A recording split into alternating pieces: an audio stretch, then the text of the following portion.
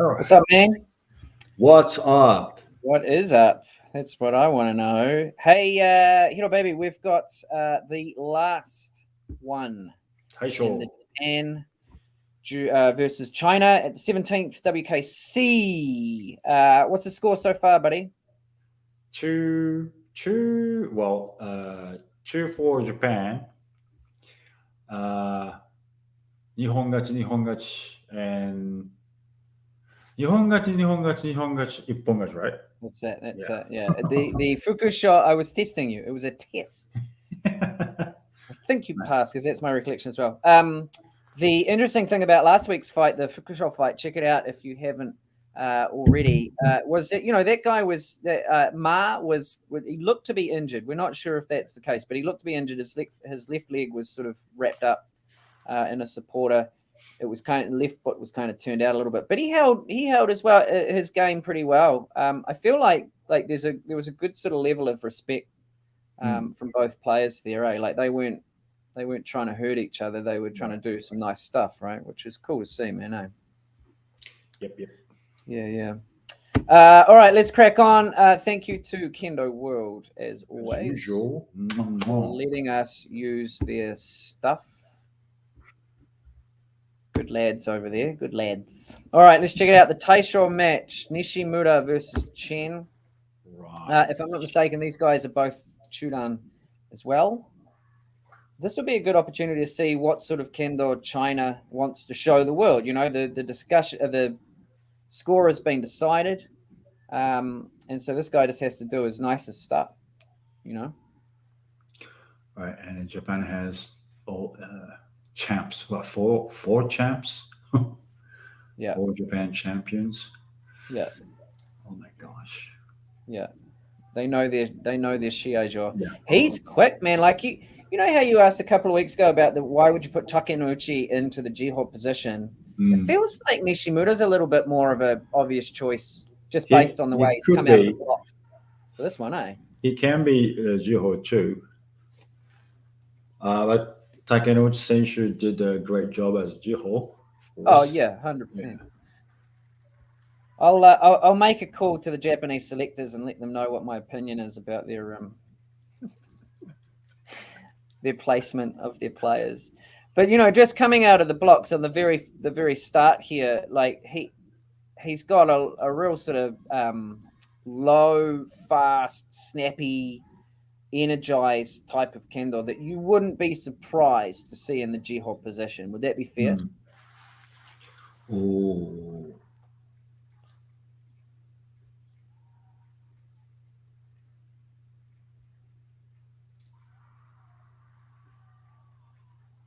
Oh, ooh. what, what happened? What happened? That's If he'd done that deliberately, that's a real great distraction method, eh? I just meant stop. Whoa! Oh, let's check that out. That's one of those shimpan moments where you're like, I don't want to have to award something like that. Who does it go to?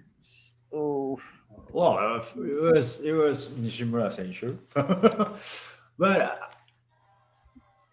Chinese Chen Senshu. Chen Century. Yeah, obviously I've missed it. I Yeah, think he went a pretty good timing too, but of course yeah, not it was good as timing. fast. Oh, yeah, yeah, of course. So I was like, I it mean, was fast. yeah, but it wasn't. You could be forgiven for thinking that wasn't completely accurate. Oh no, I see what's happened. He's sort of come around. He's come around the side. So this is an interesting one for those people who are quite sort of Shiai oriented. How do you win that I man? He's he's come just off the side. You see how he's left from the right hand, so he's coming off like that, like it's not straight up the middle. Do you see Yeah, that? yeah. I see that his wrist is a bit angled. Yeah, Yeah, it's and this is a good technique to protect from debana kote, because essentially if the person if Chen Senshi was to go for kote, it would catch the side of the shinai and slide off as you continue in to strike men. right. Um, Yeah. but you still get through. You don't have to worry about the person's hands in the way if they end up striking men instead. So it's a really good technique to take away, I think. Right. And, the thing is that I fought him when he came to the U.S.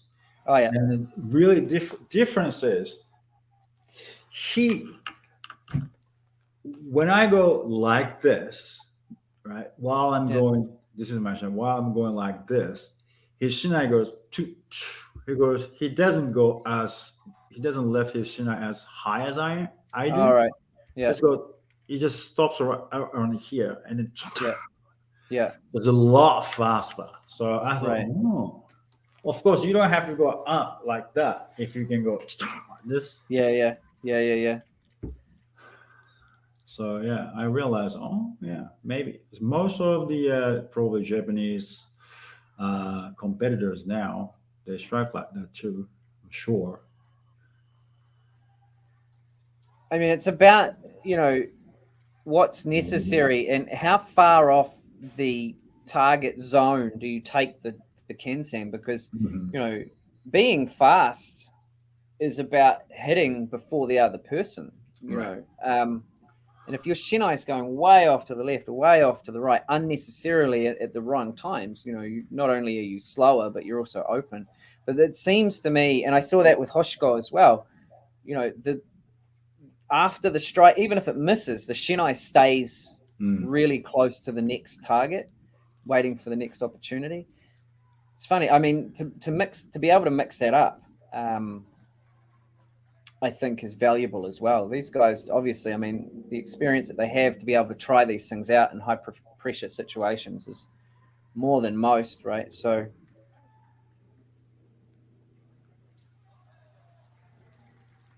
Oh, so fast. yeah, it's fast, man. It's fast. Okay, ah, yeah, ah, ah. it's. I mean, it feels like that one's a good one. It's not an unusual, was it? I've certainly seen, but the way he does it, Don't as coming in around, relax. Dong.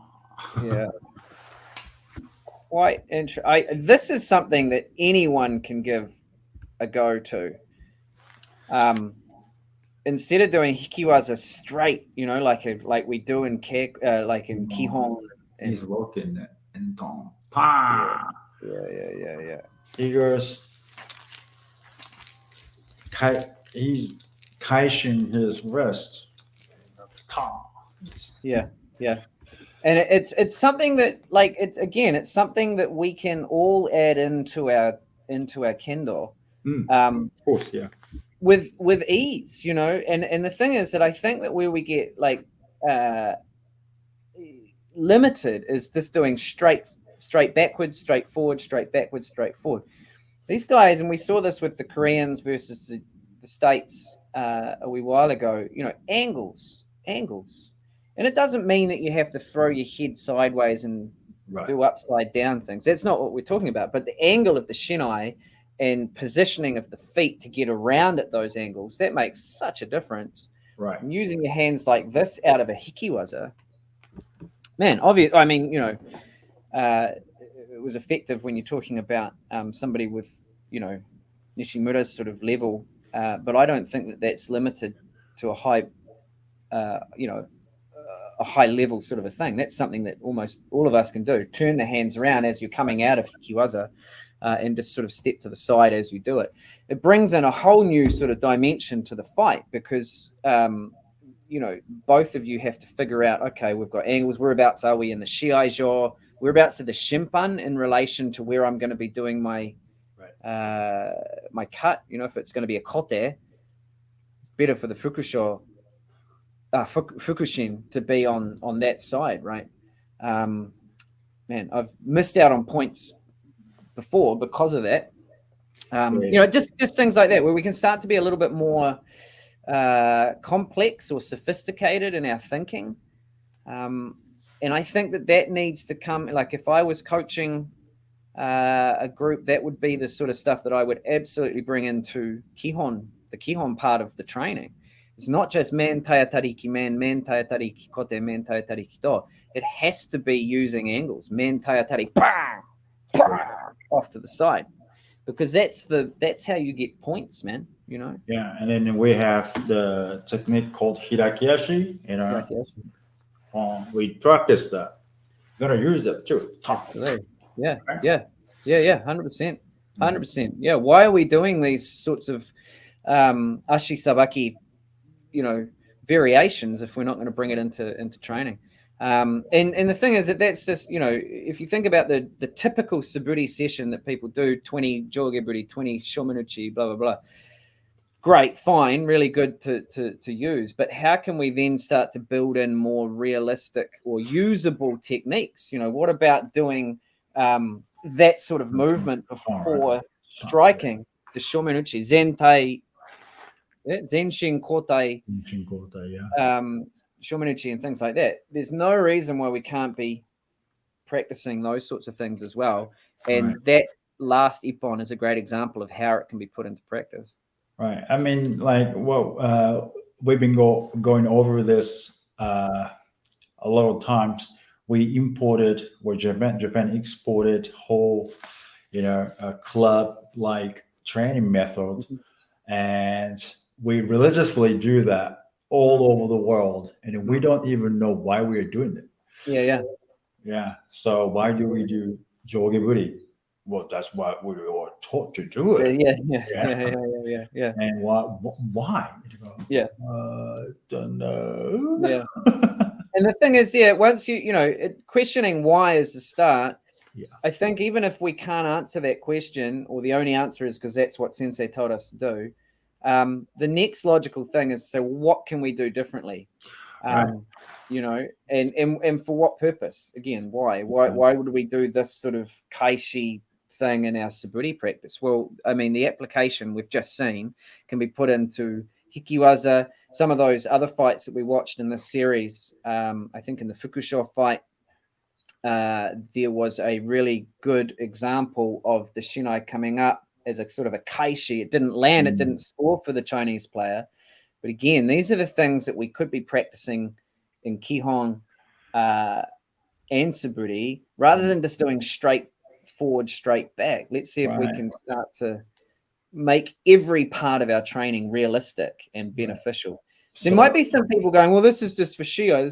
I'm not interested in Shiai. I think it's the same rationale. Kendo doesn't have to be one-dimensional in that respect. You can still use your feet. You can still use angles and do nice-looking kendo. The Japanese do it really well. The Americans do it really well. The Koreans do it really well. The Italians do it really well. Everything's really sort of nicely positioned, but we've got different variations in the way that we execute. It's because we left. We, as in like Japanese people, left.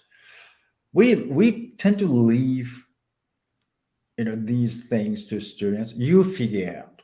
Yeah. You figure out. And so we don't know why we're doing it for a long time. And one day like 30, 40 years later, I go, oh, that's why we were doing this. But now outside Japan, we don't have that kind of time. Yeah. So purposeful jogeburi. Okay, jogeburi, we are doing this. So we are checking our hands going up and down straight, getting center. You got to check yourself. You have to do it with a goal or purpose. Otherwise, you're just going to get warm up. Yeah. So it's easy to do too, eh? Yeah, man. Purposeful. Let's think why. Awesome. Hey, awesome. That was a good series, man. Let us know, comments below, what you thought, if you like the series, if there's a particular World Kendo Championship team fight or individual fight for that matter that you would like us to throw our comments over the top of. Let us know below. That would be awesome. Right. And next week I'll get changed. Yeah, please. No one's mentioned that I'm wearing the same black t-shirt, but black stinks. My bad, team. All right, see you later. Bye.